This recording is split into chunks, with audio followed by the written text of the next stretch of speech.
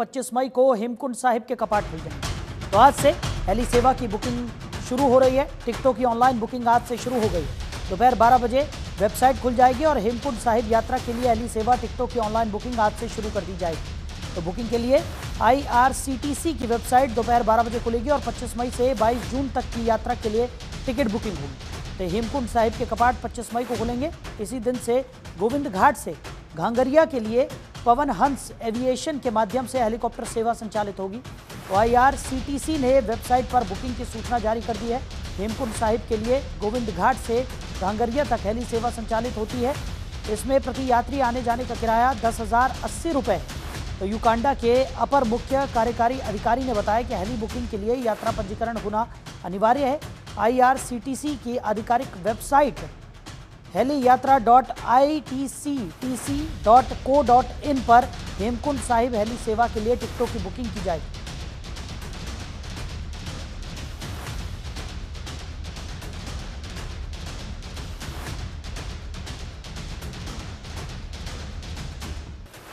तो 25 मई को हेमकुंड साहिब के कपाट खुल जाएंगे। आज से ऑनलाइन हेली सेवा की बुकिंग की शुरुआत हो रही है। 12 बजे से वेबसाइट खुल जाएगी और बुकिंग की जा सकेगी। खबर पर ज़्यादा जानकारी के साथ हमारे सहयोगी पुष्कर सिंह नेगी हमारे साथ जुड़ गए। पुष्कर, क्या कुछ निकलकर सामने आ रहा है? हेमकुंड साहिब की यात्रा के लिए आज से ऑनलाइन हेली सेवा की बुकिंग की शुरुआत भी हो रही है और साथ ही साथ बताया जा रहा है कि जल्द ही जब हेमकुंड साहिब के जो कपाट है वो खुलेंगे तो हेली सेवा के माध्यम से 25 मई को हेमकुंड साहिब के दर्शन पूजन के लिए लोग वहां पर पहुंच पाएंगे। क्या कुछ जानकारी मिल पा रही है? बिल्कुल, देखिए साहिल, इस तरह से जो है 25 मई को जो है हेमकुंड साहिब के कपाट खुलने हैं, उसको लेकर प्रशासन की तैयारियां तो पूरी, चाहे वो स्थानीय प्रशासन हो चाहे वो सिख समुदाय के लोग हों, उन्होंने भी तैयारियां पूरी कर ली थी। और आज जो है 12 बजे के बीच जो है एक सुविधा जो है सिख समुदाय के लोगों ने जो है अपने यात्रियों को जो है दी है कि ऑनलाइन पंजीकरण यानी हेली सेवा भी यहाँ पे शुरू होगी, क्योंकि पिछले साल ही जो है यहाँ पे साहिल हेलीपैड का निर्माण हुआ था। और क्योंकि ऊंचाई वाला क्षेत्र है, ऊंचाई वाले क्षेत्र में जो है जिस तरह से जो हेली सेवाएं जाती हैं या हेली सेवाओं से जो यात्री जाएंगे, लिमिटेड यात्री जाएंगे। और कितने यात्री हेली सेवा में जाएंगे या कौन कौन कंपनियां यहाँ पे काम करेगी, लेकिन वो आज के बाद यानी 12 बजे के बाद पता चलेगा कि किन किन कंपनी के साथ जो है ये पैक्ट हुआ है। लेकिन हेमकुंड साहिब की जो यात्रा है साहिल, बड़ी जटिल यात्रा है, क्योंकि लगातार यही ऊंचाई वाला क्षेत्र होता है। और सबसे बड़ी बात साहिल कि 2 बजे के बाद यहाँ पे जो है गोविंद घाट से घांगरिया से ऊपर आदमी यात्री को नहीं भेजा जाता है। तो हालांकि गोविंद घाट से और आपका घांगरिया के बीच जो है जो हेली सेवा होगी या आपका जो है हेमकुंड साहिब की जो यात्रा होगी वो केवल 1 बजे तक ही यहाँ पे होगी। हालांकि ऑनलाइन की बुकिंग की जैसे आपने बात की, तो आज से वो जिस यात्री को भी या सिख समुदाय के लोग जो है आप हेमकुंड साहिब की यात्रा पर जाना चाहते हैं, उनके लिए आज से जो है हेली सेवाएं केदारनाथ की तर्ज पे जो है यहाँ पे चालू कर दी गई है। और इसके लिए जो है आज से ही जो बुकिंग यानी 12 बजे इसका उद्घाटन होगा। उसके बाद से इसमें जो है ऑनलाइन पंजीकरण होगा। और कितना पंजीकरण होगा, उसके बाद जो कितने यात्री को भेजा जाएगा वो प्रशासन के ऊपर डिपेंड करेगा। लेकिन ऊंचाई वाला क्षेत्र आज से जो है हेमकुंड साहिब की यात्रा के लिए जो है पंजीकरण का भी शुभारंभ कर दिया गया है। बिल्कुल। और पुष्कर, जिस तरीके से हम लगातार देख रहे हैं कि उत्तराखंड में जो तमाम यात्राएं हैं जिनके लिए दूर दूर से श्रद्धालु पहुंचते हैं, चाहे वो हेमकुंड साहिब की हम बात कर लें या चार धाम यात्रा को लेकर हम बात कर लें, लगातार सरकार का यही प्रयास है कि तमाम व्यवस्थाएं यहां पर श्रद्धालु लिए की जाएं ताकि किसी भी तरह की कोई परेशानी उनको ना हो और सुगम यात्रा यहाँ पर बनाई जाए। इसको लेकर भी लगातार सरकार की तरफ से प्रयास किए जा रहे हैं और उसी में एक बेहतर प्रयास है ये हेली सेवा। जिस तरह से कई ऐसे श्रद्धालु होते हैं जो हेली सेवा के माध्यम से पूजन करने के लिए पहुंच सकते हैं, ऐसे में हेली सेवा से काफ़ी ज़्यादा सहूलियत इन यात्रियों को हो रही है और लगातार हम देख रहे हैं कि सरकार ऐसे प्रयास कर रही है कि यात्रियों को और ज़्यादा सुगम तरीके से ये यात्राएं कराई जा सके। बिल्कुल, देखिए साहिल, आपने सही कहा, हम चाहते हर समय चाहते हैं कि चारधाम यात्रा हमारी सुचारू हो और हेली सेवाएं, क्योंकि उत्तराखंड में जो है हेली सेवाएं ऐसी कंपनियां हैं, केदारनाथ अगर की बात करी जाए तो 7 से 8 कंपनियां यहाँ पे काम करती हैं जो आपका जो है फाटा से या गौरीकुंड से जो है यात्रियों को जो है केदारनाथ पहुंचाती है। और उसके बाद जो है अब जो है नई पहल, क्योंकि रोपवे का निर्माण भी यहाँ पे चल रहा है हेमकुंड साइड में भी, और जिस तरह से केदारनाथ में रोपवे का काम चल रहा है शुरू हो गया है। तो लेकिन अगर मैं केदारनाथ के बजाय जो है हेमकुंड साहिब की तुलना करूं तो हेमकुंड साहिब जो है, क्योंकि खड़ी चढ़ाई रहती है यात्रियों को जाने के लिए, यहाँ पे जो है कोई ऐसी जगह जाती है कि रहने की आप व्यवस्था, क्योंकि जगह जगह हो गया धांगर के बाद आपको जो है आप जो है ऊपर जाओगे तो आपको मना ही है। तो जो यात्री अपना रजिस्ट्रेशन करेंगे शायद तो 1 बजे तक ही यहाँ पे रजिस्ट्रेशन होगा, क्योंकि हेमकुंड साहिब जो है अभी भी जो है, यार मैं बात करूँ तो अभी भी जो है वहाँ पे रास्ता बनाया जा रहा है, क्योंकि लगातार पिछले दिनों वहाँ पे बर्फबारी भी हुई है और खड़ी चढ़ाई है, बड़े बड़े ग्लेशियर यहाँ पे देखने को मिलते हैं। और इसी क्रम में जो है उत्तराखंड सरकार ने भी और जो सिख समुदाय के लोग हैं, चाहे वो आपके सारे सिख समुदाय के जो बड़े बड़े अधिकारी होते हैं या आपकी जो है राज्यपाल है, इनकी पहल से जो है यहाँ पहल बनाया गया। चलिए पुष्कर, हमारे साथ जुड़ने के लिए, इन तमाम जानकारियों के लिए आपका बहुत शुक्रिया। 2 दिवसीय पिथौरागढ़ जनपद भ्रमण पर केंद्रीय मंत्री जेपी नड्डा पहुंचे। पवित्र आदि कैलाश के दर्शन उन्होंने किए और कुंड के निकट विराजमान भगवान शिव के मंदिर में जाकर से भक्ति। इस दौरान जेपी नड्डा ने देशवासियों की सुख समृद्धि, शांति और खुशहाली के लिए प्रार्थना की। तो जेपी नड्डा ने क्षेत्र की प्राकृतिक सुंदरता और आध्यात्मिक महत्व की प्रशंसा करते हुए इसे अद्वितीय बताया। इस दौरान उन्होंने न केवल सीमांत क्षेत्र की सुरक्षा व्यवस्था का जायजा लिया, बल्कि सेना, आईटीबीपी और एसएसबी के वीर जवानों से मुलाकात भी की। तो स्थानीय लोगों के साथ उन्होंने क्षेत्रीय विकास और खेती योजना लेकर भी संवाद स्थापित किया। उन्होंने कहा कि शिव स्थली आदि कैलाश की महिमा प्रसिद्ध तो है ही, पिछले वर्ष पीएम मोदी के यहाँ आने से ये स्थल देश और दुनिया में धार्मिक पर्यटन के रूप में पहचान बना रहा है।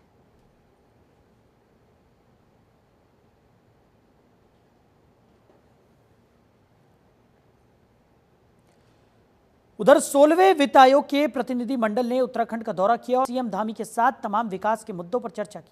सीएम धामी ने वित्त आयोग के अध्यक्ष अरविंद पनगड़िया के नेतृत्व में 16वें वित्त आयोग की टीम का स्वागत किया। सीएम धामी ने सोशल मीडिया प्लेटफॉर्म पर लिखा कि शासकीय आवास पर 16वें वित्त आयोग के अध्यक्ष डॉक्टर अरविंद पनगड़िया जी के नेतृत्व में आयोग के प्रतिनिधि मंडल का स्वागत किया। इस अवसर पर उनके साथ राज्य के विकास से जुड़े विभिन्न बिंदुओं पर चर्चा हुई। सीएम धामी ने बताया कि प्रतिनिधि मंडल के साथ राज्य के विकास से संबंधित विभिन्न बिंदुओं पर चर्चा की गई। वित्त आयोग की टीम में एनी जॉर्ज मैथ्यू, मनोज पांडा, सौम्या कांति घोष, आयोग के सचिव ऋत्विक पांडे, संयुक्त सचिव के मिश्रा और संयुक्त निदेशक पी अमृत वर्षिणी शामिल थी।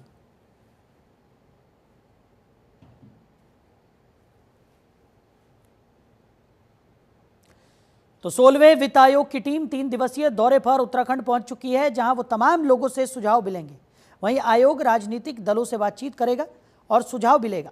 तो बीजेपी से नामित 3 सदस्यीय समिति के सदस्यों में से विधायक विनोद चमोली भी बैठक में अपने सुझाव देंगे। बैठक से पहले उन्होंने मीडिया से बातचीत में कहा कि वो इस दौरान प्रदेश के तमाम मुद्दों को लेकर 16वें वित्त आयोग की टीम का ध्यान आकर्षित करेंगे। तो उत्तराखंड में हर साल आपदाएं आती हैं, इसके लिए भी अलग से फंड का सुझाव देंगे। साथ ही वनाग्नि से निपटने के लिए केंद्र से सहयोग की बात रखेंगे। मैं नहीं कह सकता, लेकिन आवश्यकता है कह सकता हूं, क्योंकि हम अपकमिंग स्टेट हैं, अभी 25 साल हमें कुल हुए हैं और तमाम हमारी एस्पिरेशंस हैं कि हम स्टेट को बहुत आगे ले जाना चाहते हैं। तो उसके लिए हमको काफी अधिक सपोर्ट सिस्टम की जरूरत पड़ती है। तो जैसे कुछ विशेष चीजें मैं उसमें जोड़ने जा रहा हूँ। इसमें मैंने पहले भी कहा था कि हम लोग यात्रा प्रदेश हैं। प्रतिवर्ष हमको 4 धाम यात्रा का आयोजन करना पड़ता है और कांवड़ का आयोजन करना पड़ता है। धार्मिक तमाम समय समय पर यहाँ पर लोग जुड़ते हैं, हरिद्वार में जुड़ते हैं, ऋषिकेश में जुड़ते हैं, पर्वतीय क्षेत्र माना जाना होता है। साथ ही हमारा ये पर्यटन का क्षेत्र भी है, तो साथ ही पर्यटन का क्षेत्र भी है। हमारे कुल पॉपुलेशन से कई अधिक पॉपुलेशन यहाँ पर हम लोग, जिसको हम कहते हैं कि फुटफॉल हमारा रहता है, जो फ्लोटिंग पॉपुलेशन जिसको हम बोलते हैं। उधर देहरादून में सेवा योजन कार्यालय की ओर से 31 मई 2025 को रोजगार मेले का आयोजन किया जाएगा। ये क्षेत्रीय सेवा योजन कार्यालय में आयोजित होगा। इस वृहद रोजगार मेले में 38 कंपनियां आएंगी, जो लगभग 1000 वैकेंसी के लिए योग्य पात्रों का चयन करेंगी। क्षेत्रीय सेवा योजन अधिकारी ने बताया कि जो भी रोजगार मेले में भाग लेना चाहते हैं वो अभ्यर्थी क्षेत्रीय सेवा योजन कार्यालय देहरादून में आकर पंजीकरण करवा सकते हैं। साथ ही दूर दराज से आने वाले अभ्यर्थी रोजगार मेले के दिन भी पंजीकरण कर सकते हैं। मैं मुकेश प्रसाद रयाल, सेवा योजन अधिकारी, क्षेत्रीय सेवा योजन कार्यालय में कार्यरत हूँ और क्षेत्रीय सेवायोजन कार्यालय की ओर से दिनांक 31 मई 2025 को एक बृहद रोजगार मेले का आयोजन किया जा रहा है, जिसमें अभी तक 38 कंपनियों का लगभग 1000 पदों के लिए विभिन्न सेक्टर के जो कंपनियां हैं उनके लिए नियुक्ति दी जाएंगी। इस रोजगार मेले में कक्षा 8 से लेकर के और स्नातकोत्तर तक के सभी शैक्षिक योग्यता और प्रशिक्षण रखने वाले जो कैंडिडेट हैं उनके लिए अवसर उपलब्ध रहेंगे। उधर पंच केदारों में द्वितीय केदार के नाम से विश्व विख्यात भगवान मदमहेश्वर के कपाट खुलने की प्रक्रिया शीतकालीन गद्दी स्थल ओमकारेश्वर शुरू हो गई है। भगवान मदमहेश्वर की चल विग्रह मूर्तियों को वेद रचनाओं और के साथ ओमकारेश्वर मंदिर के गर्भगृह से सभा मंडप लाए गए।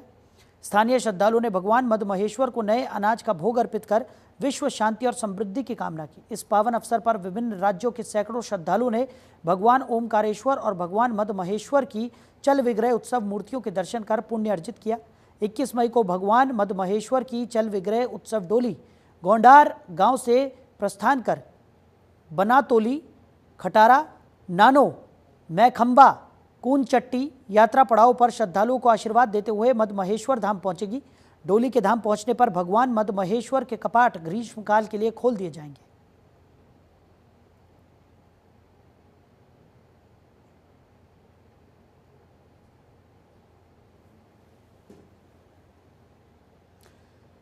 उधर भारतीय सेना ने ऑपरेशन सिंदूर के तहत न सिर्फ पहलगाम आतंकी हमलों का बदला लिया है, बल्कि पाकिस्तानी सेना को भी कड़ा सबक सिखाया है, जिसके बाद से देश भर में सेना के सम्मान में शौर्य यात्राएं निकाली जा रही हैं।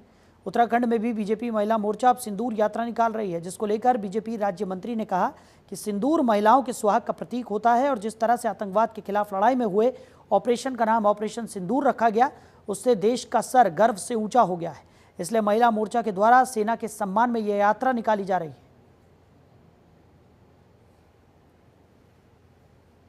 ऑपरेशन सिंदूर ये एक माननीय प्रधानमंत्री नरेंद्र मोदी जी का आभार और धन्यवाद करते हैं, जिस प्रकार से उन्होंने जो महिलाओं का जो एक बहुत ही अमूल्य उनका जो उनका श्रृंगार होता है सिंदूर, उसका नाम देकर और उन आतताइयों के ठिकानों पर वार करके उनको सैनिकों ने हमारी जो माताएं थी, बहनें थी, उनकी रक्षा के लिए जो उन्होंने जो बदला लिया, उसके लिए उन सैनिकों का आभार और धन्यवाद करने के जो महिला मोर्चा की जो बहनें हैं, जो हमारी अन्य बहनें हैं, सभी लोग उन वीर सैनिकों का धन्यवाद करने के लिए जो यात्रा निकाल रही हैं और जो हमारे जो वीर भाई जो हमारे शहीद हुए हैं उनके लिए जो है उनको श्रद्धांजलि भी अर्पित कर रही हैं।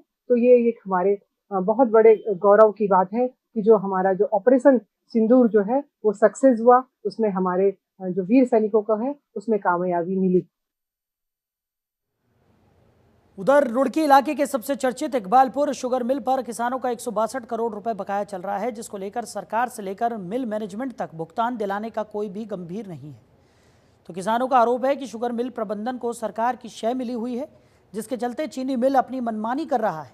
वहीं मामले में गन्ना मंत्री ने कहा कि पिछले 3 साल से बकाया गन्ना भुगतान दिलाने की कोशिश जारी है। उन्होंने कहा कि शुगर मिल का मैनेजमेंट किसानों के हित में काम करना नहीं चाह रहा है। गन्ना मंत्री ने साफ लफ्जों में कह दिया कि इकबालपुर मिल का मैनेजमेंट फ्रॉड है। बकाया गन्ने का भुगतान दिलाने की कोशिश लगातार जारी है।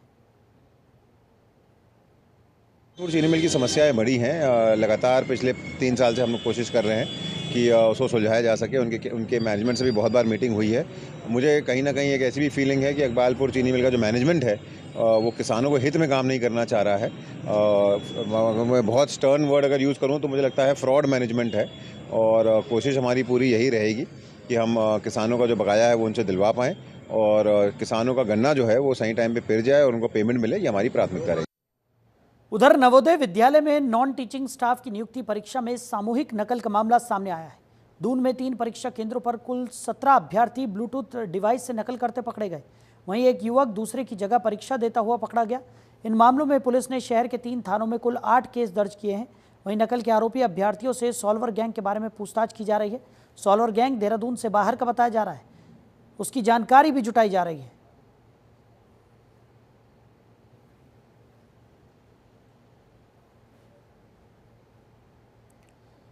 तो वहीं उत्तराखंड के चमोली जनपद में स्थित भ्यूडार वैली में मौजूद विश्व प्राकृतिक धरोहर स्थल फूलों की घाटी 1 जून को आम पर्यटकों के लिए खोल दी जाएगी।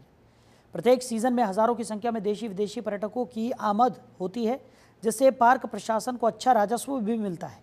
तो पार्क के प्रभारी प्रभागीय वन अधिकारी ने बताया कि गोविंद धाम से वैली के प्रवेश द्वार होकर करीब 1 किलोमीटर आगे घूसा नाले से लेकर जहां जहां पैदल मार्ग टूटा हुआ है वहां पर बर्फ हटाने के लिए श्रमिक लगाए गए। वहीं घाटी में अन्य जगहों पर भी पैदल मार्ग को ठीक किया जा रहा है। 1 जून से पहले ही पूरे मार्ग को पर्यटकों के लिए आवाजाही के लिए सुचारू कर लिया जाएगा।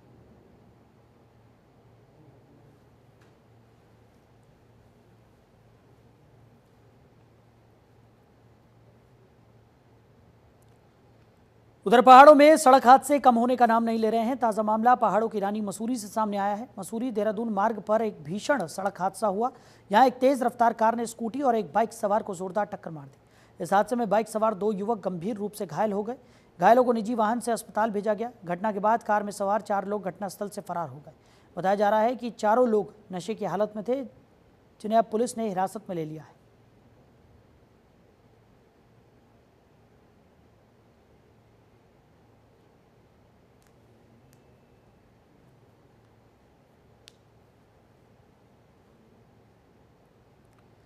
उधर मंगलौर कोतवाली क्षेत्र में स्थित प्लाईवुड फैक्ट्री में काम करते समय एक कर्मचारी की दर्दनाक मौत हो गई।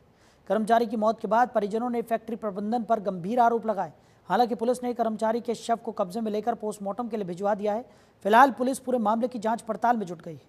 जानकारी के मुताबिक कर्मचारी फैक्ट्री में मशीन पर काम कर रहा था। इसी दौरान तेजी से उछलता हुआ प्लाई का एक टुकड़ा सीधे उसके चेहरे पर जा लगा, जिससे कर्मचारी बेसुध होकर मौके पर ही नीचे गिर पड़ा। फैक्ट्री में काम कर रहे अन्य साथियों ने तत्काल उसे उपचार के लिए हॉस्पिटल पहुंचाया, जहां पर डॉक्टरों ने उसे मृत घोषित कर दिया।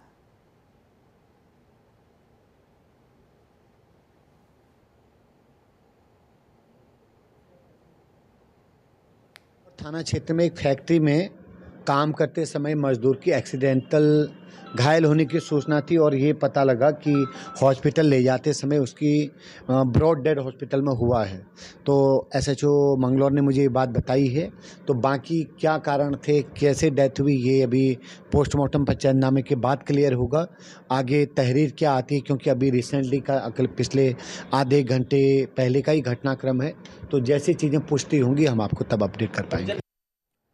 उधर रुड़की गंगनहर कोतवाली में ई रिक्शा चालक की हत्या से हड़कंप मच गया। वहीं युवक 3 दिन पहले संदिग्ध परिस्थितियों में लापता हो गया था। पुलिस को सूचना मिली कि सालियर बाईपास के पास एक गड्ढे में शव पड़ा मिला है। सूचना पर पहुंची पुलिस ने शव को कब्जे में लेकर पोस्टमार्टम के लिए भेज दिया। वहीं परिजनों का आरोप है कि युवक की हत्या की गई है।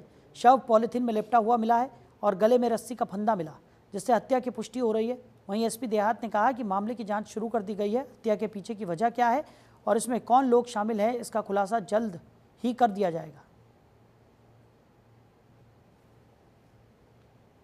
डेड बॉडी जो कल से मिसिंग है वो कहीं सुनहरा हाईवे के पास कहीं कोने में पड़ी हुई है। तो मैं खुद भी उस स्पॉट का विजिट किया, हमारी ऑफिशियल टीम ने भी विजिट किया और ये बात तय है कि मर्डर करने के बाद ही बॉडी को वहाँ फेंका गया है। जैसा कि गले में एक बेल्ट भी मौजूद थी और काली पन्नी में लपेट करके फेंका है। तो ऐसा लगता है कि शायद कहीं और घटना करके वहाँ पर उसको खुर्द-बुर्द करने का प्रयास किया गया है। तो 103 जो मर्डर का धारा में मुकदमा दर्ज कर लिया है और मैंने हमारे इंस्पेक्टर साहब इस पूरे मामले को लीड कर रहे हैं और इनको हमने 24 घंटे में इस पूरे केस को वर्कआउट करने के लिए बोला है। तो ऋषिकेश में 7 मई को हुए चर्चित हत्याकांड में पुलिस ने बड़ी सफलता हासिल की है। 7 मई की देर रात अपने कैफे से वापस लौट रहे रिजॉर्ट मालिक की 2 अज्ञात लोगों ने गोली मारकर हत्या कर दी। गोली मारने वाले 2 लोग स्कूटी में सवार होकर फरार हो गए थे। इस मामले की पूरी तफ्तीश करने के बाद सनसनीखेज जानकारी सामने आई है। ऋषिकेश नितिन देव की हत्या का षड्यंत्र रचने में जेल में बंद उन्हीं का पड़ोसी शामिल था। पुलिस जांच में सामने आया है कि जेल के अंदर से ही उसने योजना को अंजाम दिया। जेल में शातिर अपराधियों के जरिए उसने 2 शूटर्स को हायर किया। इन शूटर्स से बातचीत कर मध्यस्थता करने वाले अपराधी को पुलिस ने गिरफ्तार करने में सफलता हासिल की है। पुलिस ने दोनों भाड़े के हत्यारों को भी पहचान लिया है और उनके लिए दबिश भी दी जा रही है।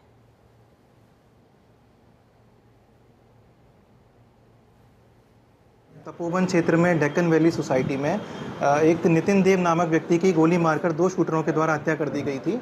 क्योंकि ये सनसनीखेज वारदात थी। इसको देखते हुए हमारे द्वारा सभी टीम्स को लगाया गया था। हमारी एसओजी की टीम, हमारी थाने की टीम और पूरे डिस्ट्रिक्ट में जो भी हमारी बेस्ट टीम थी उसको इस केस को वर्कआउट करने के लिए लगाया गया था। इसमें जानकारी करने में सामने आया कि जो 2 शूटर्स थे ये दोनों पिछले कुछ समय से इसी सोसाइटी में किराए पर रह रहे थे और इनके द्वारा एक फर्जी आधार कार्ड वहाँ पर जमा कराया गया था। साथ ही जो नंबर इनके द्वारा यूज़ किए जा रहे थे फ़ोन नंबर बातचीत करने के लिए, वो भी फर्जी सिम लिए गए थे।